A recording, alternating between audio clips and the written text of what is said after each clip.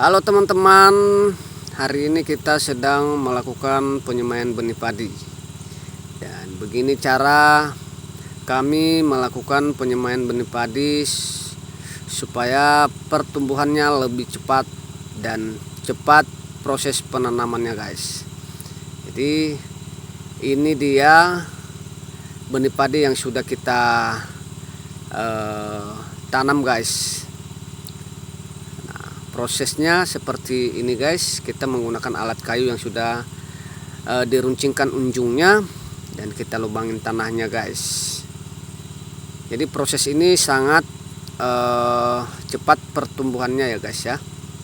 Jadi saya sarankan buat teman-teman yang petani padi. Nah ini dia guys, tanah yang sudah kita lubangin tadi dan benih padi yang sudah kita siapkan, kita masukkan ke dalam lubang yang sudah kita siapkan guys.